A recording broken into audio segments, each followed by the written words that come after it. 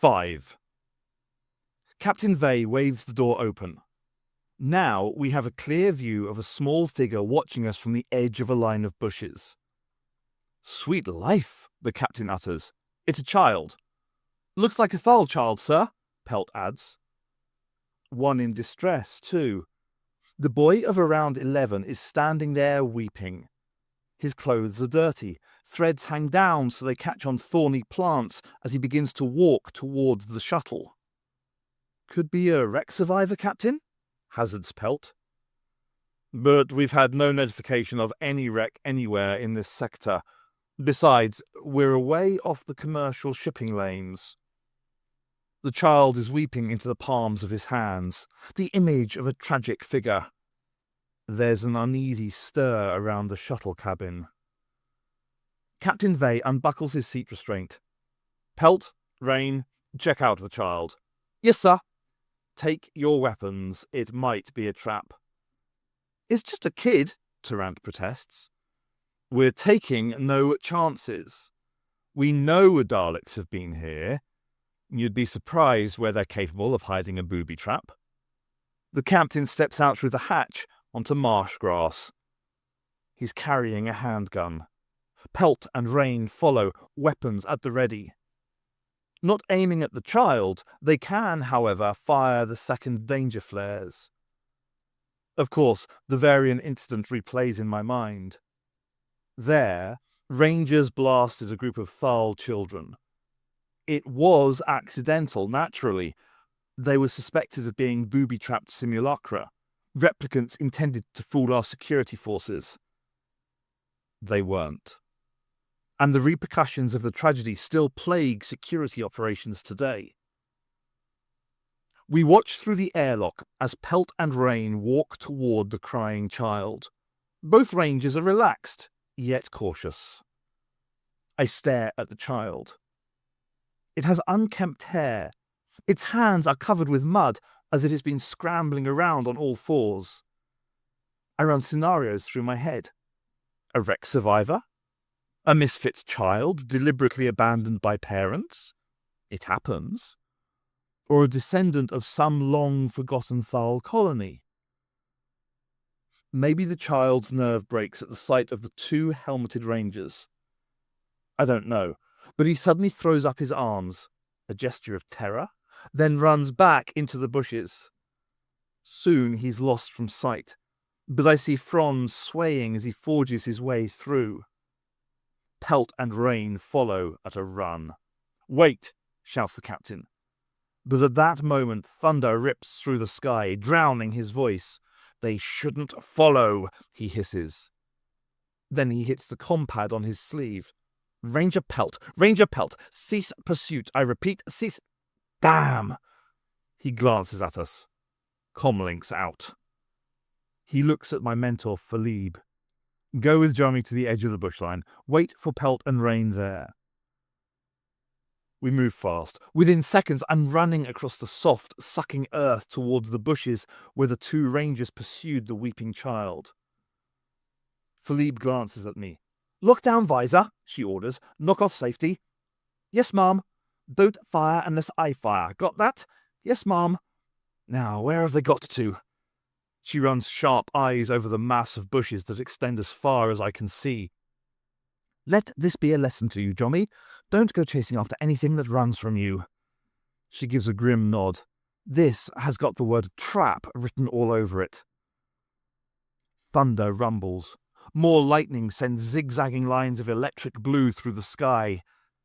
If anything, the cloud has become darker, even more menacing. A big drop of water bursts in the mud near my feet. Another strikes the back of my glove. Once more, the heat of this place drives the smell of rotting vegetation deep into my nose. I gulp at the intensity of the stench. My life, you could almost cut it with a blade. It is so thick in the air. "Where are they?"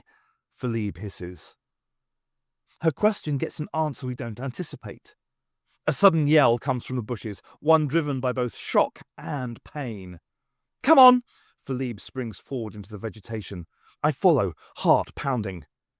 Instantly, the greenery closes round us, reducing visibility to no more than 3 or 4 paces. Almost instantly, a figure explodes through the branches to crash into me. Rain? I see her frightened face through the visor. Are you hurt? It's Pelt! You've got to help him! Philippe surges through the bushes to my right. Shoving branches aside with a free hand, she shouts, Rain, show me where he is! Rain doesn't hesitate. She retraces her way through the tunnel of green that she's created by pushing through the bushes. When we reach Pelt in a clearing, I think for a second he has been burnt, maybe seared by lightning. His face is encrusted with black, a glistening black. He lies beside a pool of noxious water. Bubbles blister its surface. When they break, a dull yellow vapour escapes into the atmosphere. The smell is so bad it's almost overpowering. I flip up the visor to wipe my mouth as the disgusting odour seems to settle there on my lips. No, Rain cries. Keep your visor locked down. She looks down at her fallen mentor. Pelt did the same as you, then... Help me with him, Philippe orders, dropping to one knee beside her fallen comrade. He's still alive. But what's that covering his face? I ask. Only there's no time for reply. Suddenly the water bubbles as if ferociously boiling. Rain snaps a warning. It's happening again!